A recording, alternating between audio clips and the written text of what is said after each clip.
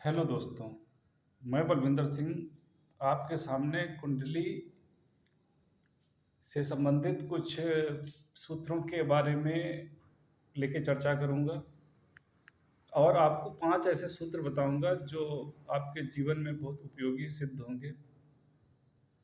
आशा नहीं पूर्ण विश्वास है कि आप मेरे चैनल को पसंद करेंगे, सब्सक्राइब करेंगे और लाइक करेंगे। और मैं ये सूत्र इस वीडियो के माध्यम से इन सूत्रों के बारे में बताने जा रहा हूँ।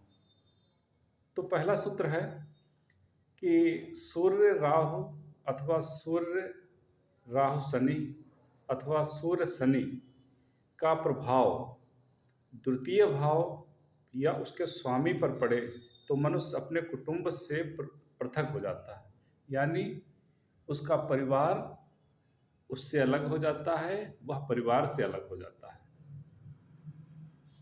तो जातक अपने परिवार से अलग हो जाता है। दूसरा सूत्र है कुंडली में छठे भाव के स्वामी का एकादश भाव व द्वितीय भाव से संबंध हो जाए। जैसा कि आप लोग जानते हैं कि कुंडली का जो छठा भाव होता है वो शत्रु भाव होता है।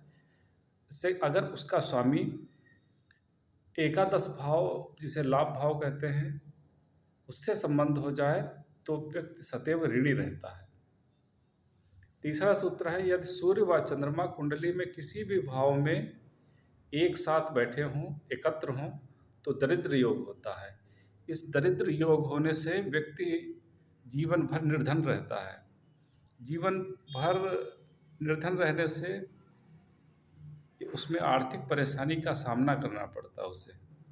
चौथा सूत्र है यदि बुध द्वितीय स्थान में अत्यधिक पाप प्रभाव में हो, बुध अगर जो द्वितीय स्थान में है, अगर उस पर पाप प्रभाव पड़ रहा है, सूर्य राहु शनि की दृष्टि पड़ रही है या मंगल की दृष्टि है, तो व्यक्ति की भाषण शक्ति यानी उसकी बोलने की क्षमता पर काफ़ी गलत असर पड़ता है। और पांचवा सूत्र कह रहा है कि तृतीयाधिपति यानी तीसरे भाव का स्वामी जिसे पराक्रमेश भी कहते हैं, वो भाई का घोतक होता है और मंगल भाई का कारक होता है। इन दोनों का लगन या लग्नेश से किसी भी तरीके से संबंध बन जाए तो उसका अर्थ है जन्म के समय जातक का शरीर और उसके भाई का शरीर एक साथ था। इस योग को अमल यमल योग कहते हैं, यानी वह जन्म के समय जुड़वा था।